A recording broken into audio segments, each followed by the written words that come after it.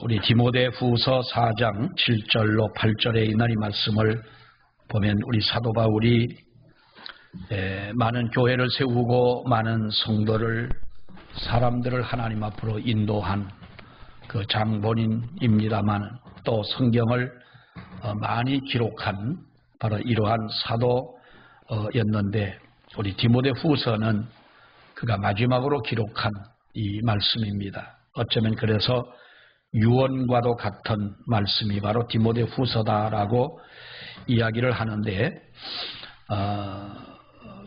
저는 오늘 4장 7절에 있는 말씀을 보게 되면 나는 선한 싸움을 싸우고 나의 달려갈 길을 마치고 믿음을 지켰다라고 하는 이 사도 바울의 신앙의 고백이야말로 정말 우리 모두가 하나님 앞에 드릴 수 있는 바로 그런 신앙의 고백이 되어지기를 바라고 어쩌면 믿음을 가지고 살아가는 성도들에게는 가장 정말 자랑할 만한 그러한 믿음이 아닌가라는 생각을 합니다. 오늘 이 말씀을 생각하면서 이제 내일 모레면 오는 금요일이면 우리는 추석을 맞이하게 됩니다. 이 추석 벌써부터 라디오, 텔레비전의 영향인지 방송의 영향인지는 모르지만은 아직 찬바람이 나기도 전부터 추석의 이야기가 나오고 이렇게 하다 보면 정말 우리는 괜히 하는 것도 없으면서 특별히 그렇다고 별로 좋은 것도 아니면서도 우리는 기대하게 되고 또 그 분위기에 휩싸이게 되고 또 그러면서 우리가 한국 사람들이라면 우리는 이 추석 명절을 맞이하면서 또 그냥 보내면 섭섭하기도 한 것이 바로 이 추석이 아닌가 또 설날이 아닌가 싶습니다. 온통 나라가 떠들썩하고 온통 고향 가는 곳으로 화제가 되기는 합니다. 이번 추석에도 많은 사람들이 고향을 찾을 것이다 그랬는데요. 그 어느 뉴스에 보니까 이번에도 3,017만 명의 사람들이 이동을 할 것이다. 그들이 다 고향 가는 건 아니겠지만 외국을 가든 여행을 하든 뭐 어디를 가든 어쨌든 우리가 3,017만 명의 인구가 이동을 한다는 겁니다. 그 중에는 우리가 뭐 외국도 아니고 고향도 아니고 또 자기들 나름대로의 또 아주 연휴가 길어서 잘만하면 화요일, 수요일, 월요일, 화요일만 우리가 쉬면 아주 뭐 긴 이렇게 빨간 글씨가 아주 가득한 정말 좋은 주일을 맞이하기 때문에 저마다 사람들이 이러한 날을 즐기기 위해서 또 어디론가 가는 사람들도 있겠습니다만은 그 중에서 많은 사람들이 대다수의 사람들이 바로 찾아가는 것이 고향이라는 거지요. 고향이 무엇이기에 이와 같이 고향을 찾아가는 것이겠습니까? 그래서 오늘 저는 고향이라는 제목을 가지고 설교를 할까 하다가 이왕이면 그래도 몇 개 더 붙이는 게 낫겠다 싶어서 고향 가는 길이라 이게 사실 우리 믿음과 성경과는 전혀 관계가 없는 이야기 같은 그런 제목을 가지고 설교 제목을 삼았는데 여기가 고향인 분도 계시고 돌아갈 고향이 없는 분들도 계시고 어떤 분이 그럽니다. 서울이 고향인 사람들은 북한 사람과 똑같다는 겁니다. 뭐 가봐도 고향 같지도 않고 또 서울에서 태어났다 하더라도 서울 사람들은 여기저기 이사 다니다 보다 보니까 방배동에서 태어나서 성북구 쪽에서 와 살고 강남 쪽에서 자라고 이러다 보면 내 고향이 어디냐 그러면 서울은 서울인데 내 고향이 정확하게 어딘지도 모르고 안다고 하더라도 별 의미가 없는 그런 곳이 서울이나 북한에서 온 분들이나 거의 비슷하다 뭐 이런 이야기를 합니다만은 여러분 그러나 고향은 한마디로 말하면 어머니의 품과 같은 곳이 고향이 아니냐라는 것입니다. 그래서 많은 사람들이 여러분 고향을 그리워하고 또 고향을 찾아가곤 하는 것이지요. 얼마 전에 TV에 어떤 명사가 나와서 그런 이야기를 합니다. 요즘같이 어려운 시대에 사업이 힘들고 심리적으로 어렵고 정말로 복잡하고 고달픈 삶을 살아갈 때 한 번쯤은 고향을 찾아가서 친구들을 만나고 그리운 얼굴들을 대하게 되면 우리가 그동안 받았던 모든 스트레스를 고향에 가서야 우리가 무슨 스트레스를 주고받을 수가 있겠습니까? 그러니까 한 번쯤 그렇게 한다면 얼마나 좋겠느냐. 내가 다니던 초등학교의 운동장을 밟아보고 내가 자라던 그 정들었던 산천을 바라보고 그리워하던 사람들을 만나보고 그러면은 정말로 우리 마음속에 쌓였던 모든 근심이나 걱정이나 이런 슬픔이나 이런 모든 것들이 다 사라질 것이다. 물론 여러분 그럴 것입니다. 그리고 사람들은 우리가 모든 사람뿐만 아니라 이 동물들은요 회귀 본능을 가지고 살아가는 바로 그러한 동물들이 많습니다. 물론 사람이야 말할 것도 없습니다만은 우리가 짐승도 보면은 비둘기라는 새는요 자기가 태어난 그곳을 떠나지를 않는답니다. 멀리 몇백 리까지 날아가더라도 날이 어둡기 전에 자기의 고향인 자기가 태어난 곳으로 날아오는 것이 바로 그런 본능을 가지고 살아가는 게 비둘기들이라고 그러는데요. 우리가 잘 아는 여러분 강원도 양양 남대천을 가면 지금쯤이면 이제 저 바다를 갔던 몇 년 전에 떠났던 그 연어떼들이 올라옵니다. 저도 한번 어떤 분이 그럽니다. 우리 연어 낚시를 한번 가보자. 그래가지고 10년도 넘었습니다만은 그래서 그 분과 함께 연어 낚시를 갔습니다.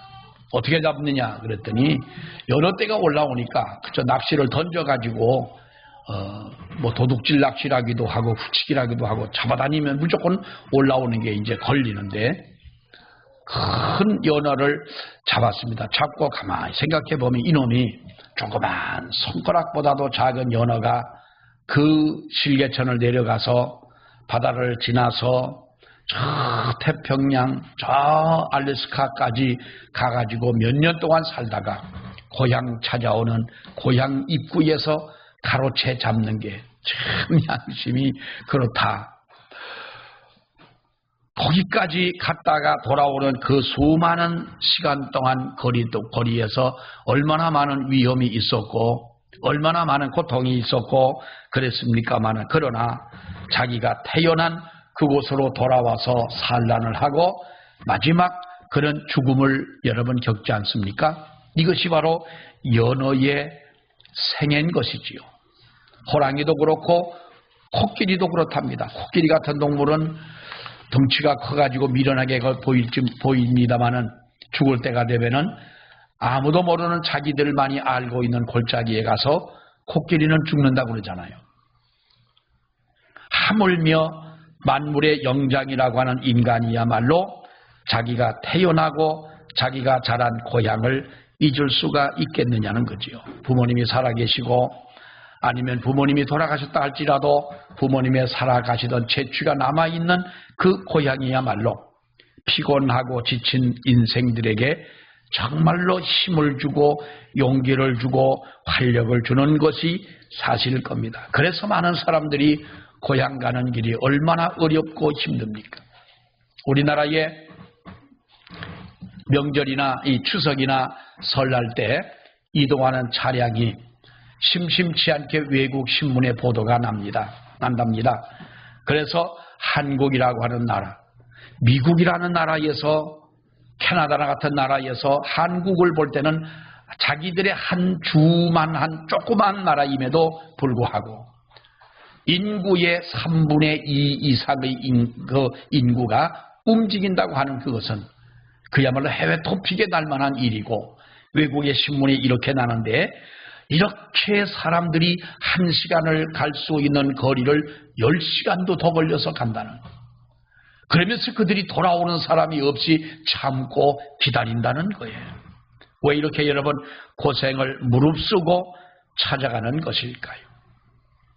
창세기 32장의 말씀을 보면은 야곱이 또 이르되 나의 조부 아브라함의 하나님 내 아버지 이삭의 하나님 여호와여 주께서 전에 내게 명하시기를 네 고향 네 족속에게로 돌아가라 내가 네게 은혜를 베풀리라 라고 하는 말씀이 나옵니다. 형 에서를 피해서 집을 떠나 고향을 떠난 지 20년 만에 돌아오다가 하나님 앞에 드리는 그 기도의 내용이었습니다. 야곱의 가족 70명이 애굽으로 이사를 가서 430년 살다가 다시 가나안을 향해 올라올 때에는 전쟁에 나갈 수 있는 장정들만 60만이 넘었습니다. 그러니까 우리는 한 250만 명에서 300만 명가량의 이 사람들이 된다고 추산을 하는데 이 사람들은 가나안을 향해서 자기의 고향을 찾아가는 민족의 대이동을 그들은 40년 동안이나 했습니다. 우리 성도들이 찾아가야 할 고향은 어디겠습니까? 고향 하면은 멀든 가깝든 왜 그리움이 앞서잖아요. 정겹고 왠지 마음이 푸근해지는. 그런데 우리 사람들에게는 우리 믿는 성도들에게는 세 개의 고향이 있다고 그러잖아요. 첫째는 내가 태어나고 내가 자란 그 고향이 있고 육신의 고향이 있고 둘째는 마음의 고향인데 뭐 옛날 어느 노래에도 나옵니다마는 타향에 가서도 정이 들면은 그곳이 고향이다라고 하는 가사가 있듯이 내가 태어난 곳은 아니지만은 마음을 주고 위로를 주고 또 마음을 받고 위로를 받는 정이 든 그러한 고향 이것이 마음의 고향이라고 그런.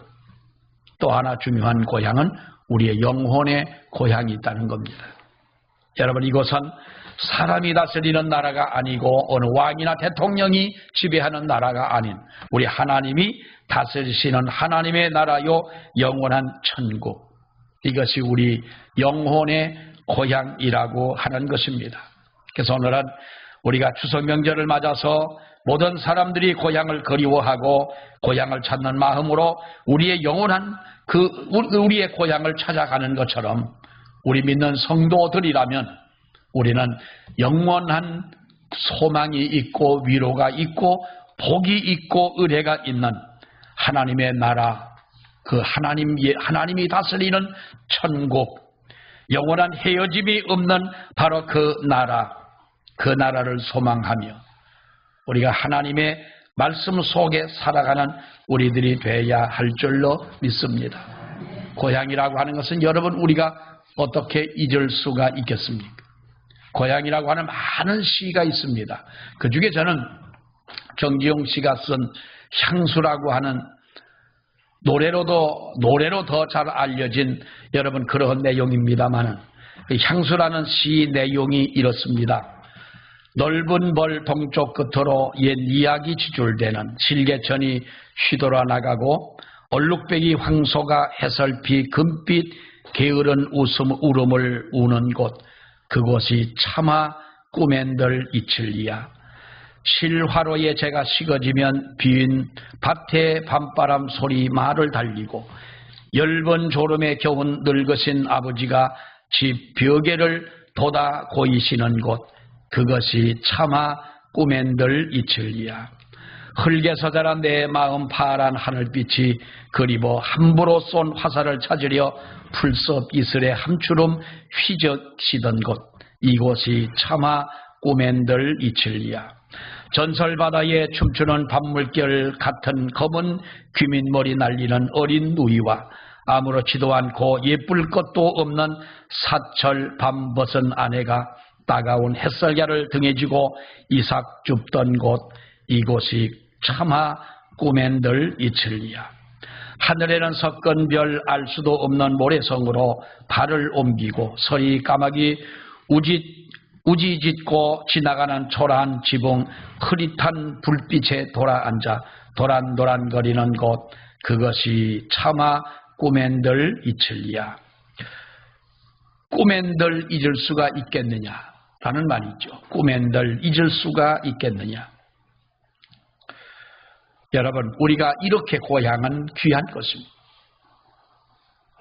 육신의 고향도 마음의 고향도 우리는 정말로 세상을 살아가며 잊을 수 없는 아름다운 곳이고 귀한 곳이 분명합니다.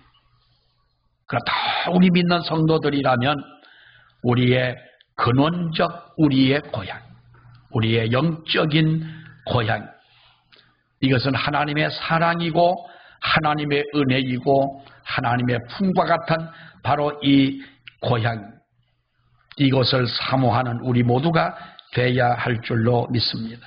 빌립보 3장 20절에 보면은 오직 우리의 시민권은 하늘에 있는지라 거기로서 구원하는 자 곧 주 예수 그리스도를 기다리노니 그가 만물을 자기에게 복종케 하실 수 있는 자의 역사로 우리의 낮은 몸을 자기 영광의 몸의 형체와 같이 변케 하시니라. 그러므로 너희가 그리스도와 함께 다시 살리심을 받았으면 위의 것을 찾아라. 거기는 그리스도께서 하나님 우편에 앉아 계신다. 이렇게 말씀하고 있습니다. 여러분, 우리가 돌아갈 고향은 영원한 하나님의 나라인 줄로 믿습니다. 그동안 우리가 하나님께서 우리의 영혼을 부르시기 전까지 우리가 이 세상을 살아가면서 하나님의 영원한 그 고향 그 나라에 들어가기 위해서는 우리가 어떤 삶을 살아가야 되느냐. 오늘 본문에서는 우리에게 세 가지를 말씀해 주고 있습니다. 첫째는 믿음의 선한 싸움을 싸우라는 겁니다. 믿음의 선한 싸움을 싸워서 그 싸움에 승리한 자가 하나님의 나라에 들어갈 수가 있는 것인데, 디모데후서 2장에 보면은 그리스도의 좋은 군사로 우리가 세우심을 입었다고 했습니다. 그리스도의 좋은 군사는, 사랑하는 여러분, 우리가 누구를 대적해 싸워야 하는 것입니까? 이것은 바로 영적인 싸움을 위하여 부르심을 받았다는 겁니다. 이 말을 사도 바울은 내가 선한 싸움을 싸우고라고 말씀하고 있습니다. 바울이라고 하는 사람은 전에는 예수 그리스도와 믿는 성도들과 싸움을 하던 사람이었습니다. 교회와 싸움을 하던 사람입니다. 그러나 예수를 만나고 난 이후에는 예수를 위하여 바로 그런 선한 싸움을 싸웠다는 것입니다.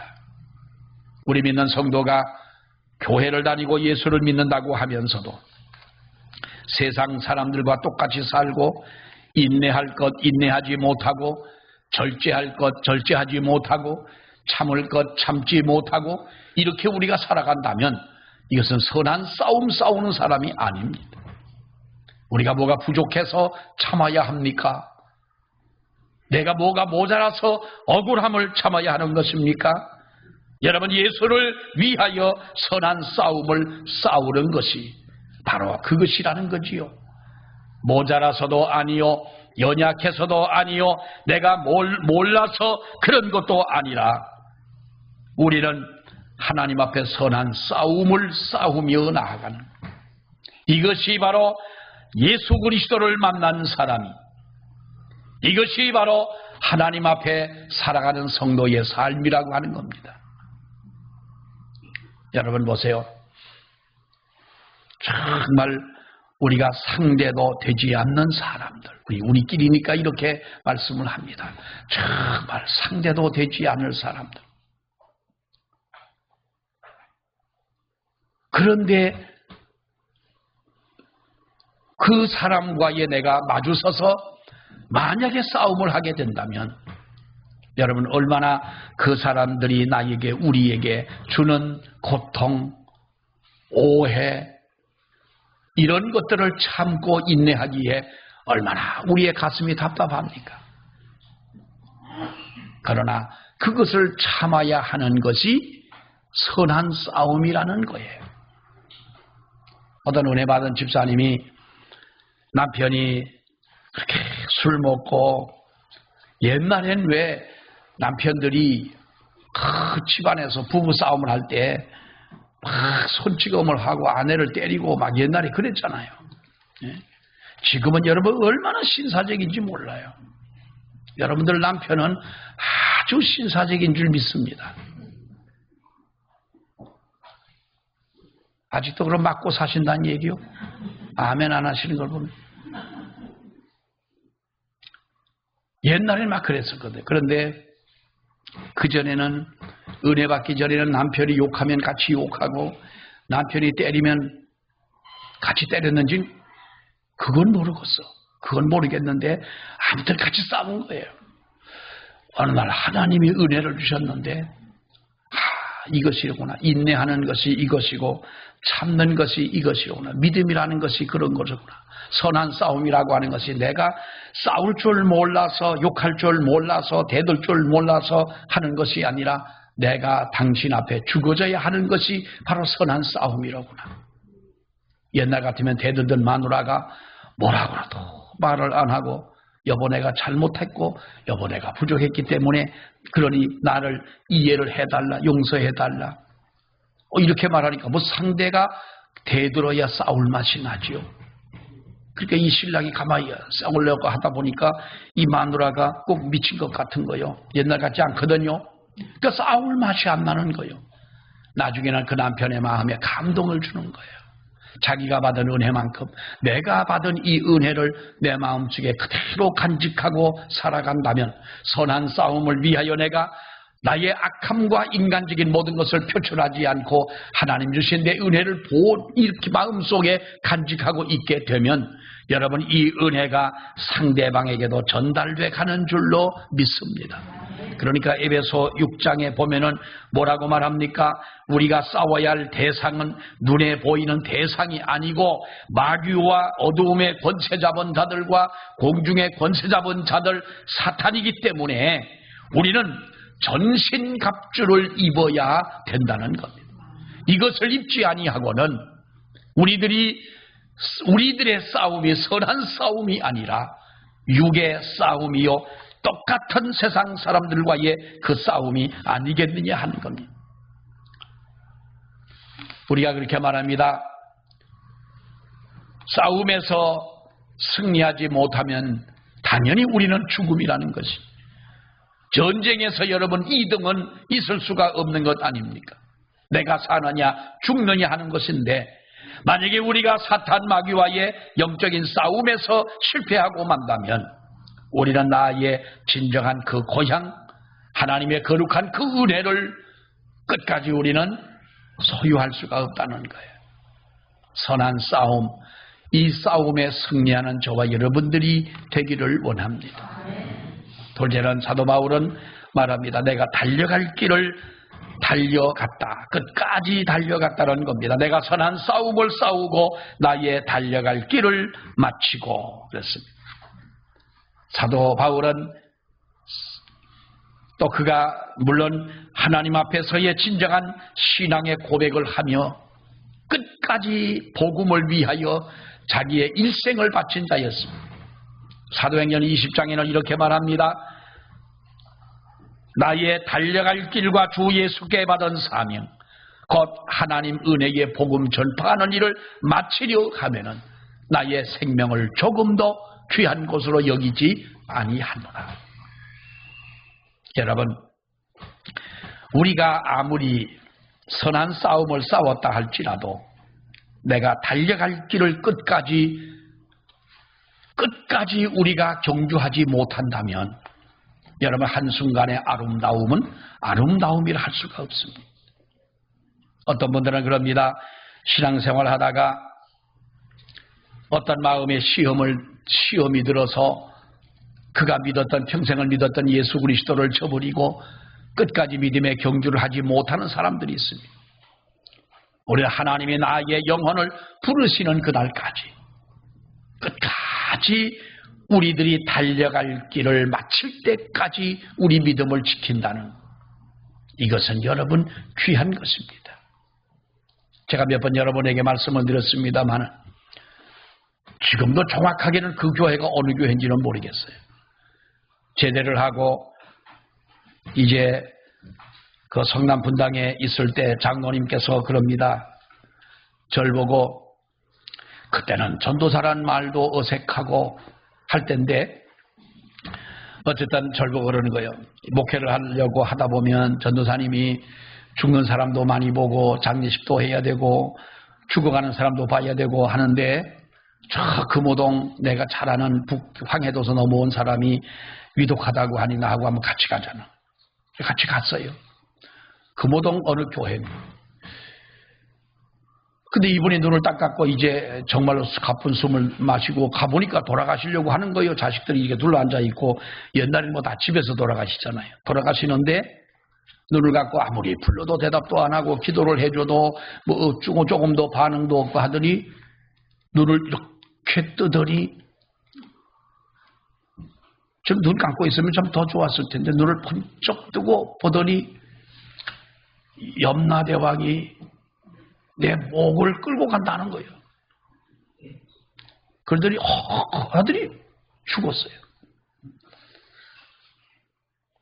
그 모습을 보고요. 여러분은 참 이게 우리가 웃어야 될지 울어야 될지 모르는데 그단 그 순간에 그 모습을 보고 그분이 큰 교회의 안수집사로 재정을 10여 년 동안 재정도 보고 교회의 아주 기둥 같은 일꾼이었는데, 여러분 염라대왕이라는 말 평소에 써요 안 써요? 우리 세종대왕은 써도 염라대왕은 한 번도 만나보지도 못했고 우리나라 왕이 아니었거든요. 그래서 우리는 부르지도 않는데 왜 그 염라대왕이 내 목을 끌고 간다고 하면서 목을 끌고 가는 사람처럼 죽느냐 이 말이에요. 난 그때 느낀 게, 전도사라는 사람이 이게 뭐냐, 신학과 신앙의 이 갭이라고 하는 거, 뭐 갭이 있을 수는 없지만은 이게 도대체 뭐냐. 나 너무 마음에 충격을 받은. 안수집사라고 하면은 정말로 교회의 기둥 같은 일꾼들이고, 재정을 그 큰 교회에서 재정을 보고, 뭐 큰 교회라고 하지만 그 당시 뭐 한 100여 명 정도 모이는, 그때는 여러분 70년대 말에 그때는 그것도 컸지 않습니까? 큰 교회인데 그분이 죽는 그 모습을 보면서 자식들이 얼마나 안타깝겠느냐는 거예요. 우리 아버지가 눈을 뜨고 주님 내 영혼을 받아주시니 감사합니다. 할렐루야 천국이 보인다. 이러고 천국 가면은 얼마나 좋겠어요. 한번 연습 한번 해보세요. 눈을 뜨고 하나님 감사합니다. 내 영혼 불러주시니 감사합니다. 하나님의 나라 그 천국이 눈앞에 보입니다. 이러면 자식들도 남은 이 장례를 마치고 난 후에 그 자식들이 얼마나 힘을 얻고 신앙생활을 했겠습니까? 그래서 마지막 순간까지 정말 우리 인생은 그것이 중요한 것이로구나. 사랑하는 여러분, 우리의 달려갈 길을 마치고 살 만큼 살다 죽었다 이 말이 아닙니다. 내가 나의 영혼을 부르시는 그날까지 나는 선한 싸움을 싸우고 달려갈 길을 마칠 때까지 이 선한 싸움을 싸웠다는 거예요. 오늘 이 성경에 보면 마지막에 내가 믿음을 지켰다 그랬어요. 여러분, 내가 믿음을 지켰다. 끝까지 견디는 자는 구원을 얻으리라고 말씀하고 있습니다. 아무리 우리가 선한 싸움을 싸우고 달려갈 길을 마쳤다 할지라도 끝까지 우리가 믿음을 하나님 앞에 지키지 못한다면 하나님의 나라를 유업으로 받을 수가 없게 되는 줄로 믿습니다. 그래서 우리가 하나님 앞에 끝까지 믿음을 지키는 우리의 삶. 학교 설립 당시부터 지금까지 많은 사람들에게 주목을 받고 있는 대학이 있다면 그것이 저 포항에 있는 한동대학이라고 하는 대학입니다. 이 한동대학교는 그 대학을 나온 사람들이 취업이 안 되는 사람이 없을 만큼 정말로 그 대학은 취업도 잘 되는 그런 대학이었습니다. 그런데 한 가지 특이할 만한 사항은 이 대학은 기독교 정신으로 무장을 하고 있다는 것입니다. 총장부터 교수까지 정말 그런 신앙을 이론적인 신앙이 아니라 하나님 앞에 거듭난 그러한 체험적 신앙을 가지고 있는 교수들이 학생들을 가르치고 학생들까지도 예수를 믿고 세례를 받은 사람들을 받아들입니다. 아주 철저하게 기독교 정신으로 무장한 그런 대학이었습니다. 포항이라고 하는 곳에 대학교가 세워진다고 하니까 이웃에 있는 사람들이 아주 좋아했습니다. 대학생들이 들어오게 되면은 여기는 술집도 잘 될 것이고 당구장도 잘 될 것이고 또 다방도 잘 될 것이고 그렇게 해서 그 대학 주변에 이렇게 가게들이 이제 아주 포진을 하고 있었는데 대학생들이 술집 가는 학생이 하나도 없고, 당구장, 요즘은 당구장이 우리가 일상 이제는 생활체육입니다만은 그 당시만 하더라도 당구장 가는 학생들도 없고 하다 보니 지역 사람들이 화가 난 겁니다. 그러니까 기독교 대학이 들어와서 그랬다. 그래가지고 이것은 일반 대학으로 해야 된다고 대학에 또 사회에 민원을 넣고 그랬습니다. 그러나 끝까지 그 대학은 기독교 정신으로 무장을 하고 신학교 이상으로 학생들에게 신앙을 심어주는 그런 대학이 여러분 된 것입니다. 그러니까 어떤 어려움이 있더라도 이길 수가 있는 거예요. 어느 해는 그 대학에 다니는 학생들이 저 남태평양 피지라고 하는 섬에 이제 자원봉사를 하러 갔다가 학생 2명이 물에 빠져서 죽었습니다. 그래가지고 학생을 이제 한국으로 옮기고 장례를 하게 되는데 총장과 교수와 학생들이 이제 그 장례식장을 찾아갔습니다. 부모님의 얼굴을 어떻게 볼까? 얼마나 원망을 하실까? 얼마나 학교에 대해서 원망을 하실까? 학교에서 주관해서 갔던 이 봉사활동인데 얼마나 이 교수들은 아주 마음에 다짐을 하고 그 부모님들을 대할 그 마음의 두려움을 가지고 이제 갔습니다. 그랬더니 그 부모님들이 총장과 교수의 손을 잡고 하는 말이 걱정하지 마십시오. 하나님이 살리시려면 죽은 사람도 살리실 텐데 우리 아이들을 데려간 것은 하나님의 뜻이시지 이것이 사고로만 생각해서는 안 되지 않습니까? 그러니까 총장과 교수들이 의외의 부모님들의 그 반응에 오히려 은혜를 받은 거예요. 우리가 이 세상을 살아가면서 믿음을 지킨다고 하는 것은 정말로 여러분 쉬운 일은 아닙니다.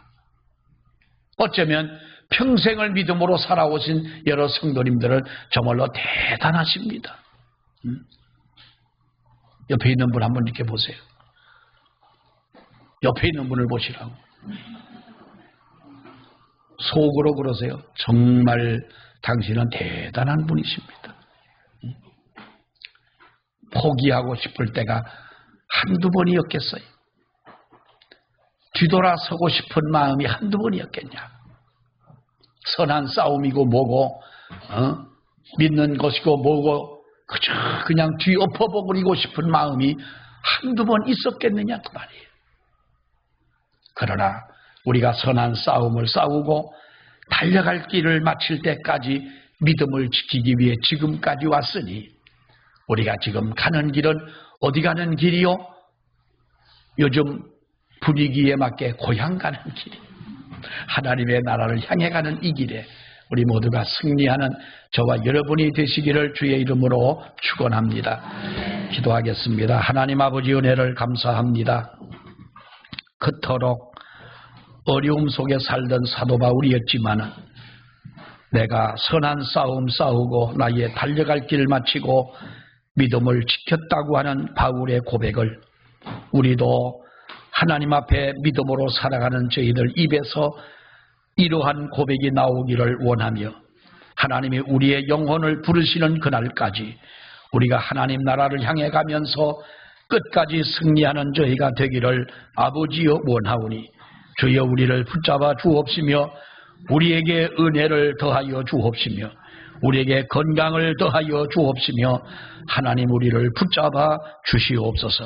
예수님 이름으로 기도하옵나이다. 아멘. 아멘.